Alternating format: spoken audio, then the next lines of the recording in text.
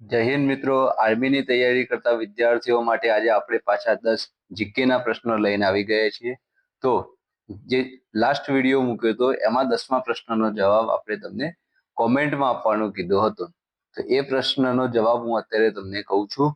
સવિનય કાનૂન ભંગની લડત કઈ સાલમાં શરૂ થઈ હતી? ક્વેશ્ચન એવો હતો કે ભાઈ સવિનય કાનૂન ભંગની લડત કઈ સાલમાં શરૂ થઈ હતી? તેનો જવાબ આવે છે મિત્રો 1930. આ સવિનય કાનૂન ભંગની લડત 1930માં શરૂ થઈ હતી. ઓકે, હવે આજના ક્વેશ્ચન જોઈશું. એમાં પહેલા મેં 5 ક્વેશ્ચન નથી ડાયરેક્ટ મૂકેલા છે. તો આ છે એક બહુ આઈએમપી ક્વેશ્ચન છે જે પોલીસ, એસએસસી, જીડી કોઈ બી પરીક્ષામાં સીધું પૂછી શકે છે. એ હેતુથી મેં 5 પ્રશ્નો પહેલા એમ જ લાવ્યો છું. તો બ્રહ્મ સમાજની સ્થાપના કોણે કરી હતી? તો રાજા રામ મોહન રાય. બીજું છે પ્રાર્થના સમાજ. તો પ્રાર્થના સમાજની સ્થાપના કરી હતી આત્મારામ પાંડુરંગ. મિત્રો આ જે 5 છે એમાં બહુ જ કન્ફ્યુઝન થતું હોય છે પરીક્ષા દરમિયાન, એટલે આને વ્યવસ્થિત તૈયારી કરી લેવી. આર્ય સમાજ. તો આર્ય સમાજની સ્થાપના સ્વામી દયાનંદ સરસ્વતીએ કરી હતી. સત્યશોધક સમાજની સ્થાપના જ્યોતિબા ફૂલેએ કરી હતી. અને સત્યપ્રકાશ પત્રિકા કીધું હોય તો કરશનદાસ મુરજી. મિત્રો આ જે સત્યપ્રકાશ પત્રિકા છે એમાં કોઈએ ગાંધીજી કરવું નહીં, બરોબર? ગાંધીજી ટીક કરવું નહીં. સત્યપ્રકાશ પત્રિકામાં જવાબ આવશે કરશનદાસ મુરજી. ઓકે, હવે પ્રશ્ન જોઈશું. એક જીમ કાર્બેટ નેશનલ પાર્ક ભારતના કયા રાજ્યમાં આવેલું છે?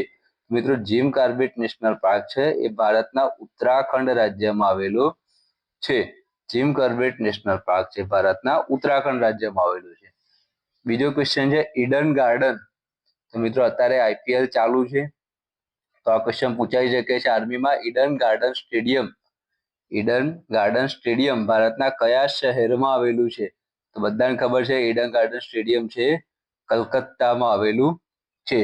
હવે બીજો છે ભારતમાં મુખ્યત્વે ખાલી જગ્યાના પવનો ચોમાસામાં વરસાદ લાવે છે.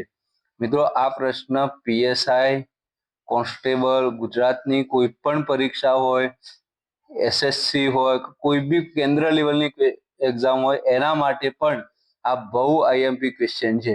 આ ક્વેશ્ચનનો જવાબ બધાને ખાસ ખબર હોતી નથી. તો આ ક્વેશ્ચન બધાએ એક વખત જોઈ લો. ભારતમાં મુખ્યત્વે ખાલી જગ્યાના પવનો ચોમાસામાં વરસાદ લાવે છે.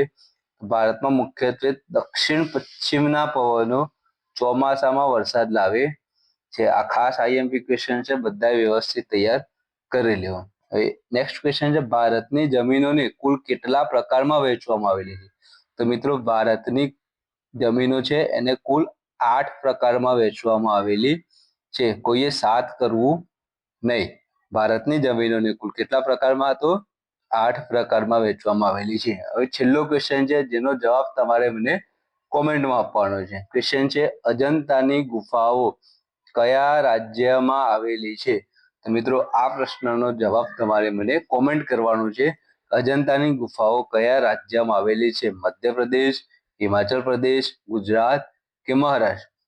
આ ક્વેશ્ચન તમારે બધાએ મને કોમેન્ટમાં કરવાનો છે. હું જવાબ તમને કોમેન્ટમાં અને આવનાર વિડીયોમાં જરૂર આપીશ. તો મિત્રો જો વિડીયો ગમ્યો હોય, પ્રશ્નો સારા લાગ્યા હોય તો આર્મીની તૈયારી કરતા દરેક વિદ્યાર્થીઓ સુધી આ વિડીયો પહોંચાડો, શેર કરો અને મારી ચેનલ એટલે કે સૌરવ સર હિંમતનગરની ચેનલને હમણાં જ સબસ્ક્રાઇબ કરો અને લાઈક કરો. જય હિન્દ. Thank you.